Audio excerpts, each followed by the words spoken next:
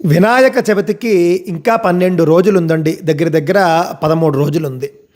ఈ 13 రోజుల్లో చాలామంది వినాయక విగ్రహాన్ని పెడుతున్నాము, మండపాన్ని పెడుతూ ఉన్నాము, చందాలు ఇవ్వండి అని మన వద్దకు వస్తూ ఉంటారు. తప్పక మనం చందాలు ఇద్దాం. కానీ చందా ఇచ్చే ముందు 3 ప్రశ్నలు వేయడం మర్చిపోకండి. ముందుగా వినాయకుడు ఎక్కడ పెడుతున్నారు అనేది తెలుసుకోండి. వినాయకుడిని ఎక్కడ పెడుతున్నారు అనేది తెలుసుకోండి. మేము వస్తాము అని చెప్పండి. ఆ తరువాత మీరు పెట్టేటటువంటి వినాయకుడు శాస్త్రీయమైన వినాయకుడేనా అని అడగండి.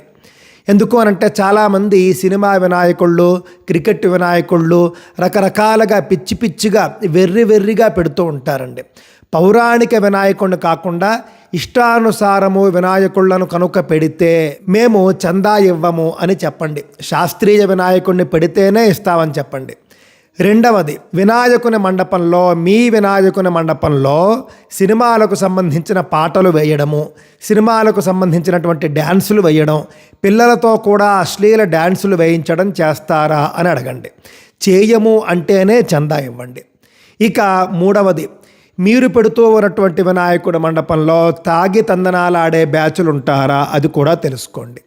ఈ మూడింటికి కూడా లేదు అనేటటువంటి సమాధానం వస్తేనే చందా ఇవ్వండి, లేకపోతే చందా ఇవ్వకండి. ఈ వీడియో తప్పకుండా ప్రతి హిందువుకు షేర్ చేయండి. ఇలాగే బుద్ధి చెప్పాలి వెర్రి చేష్టలకు.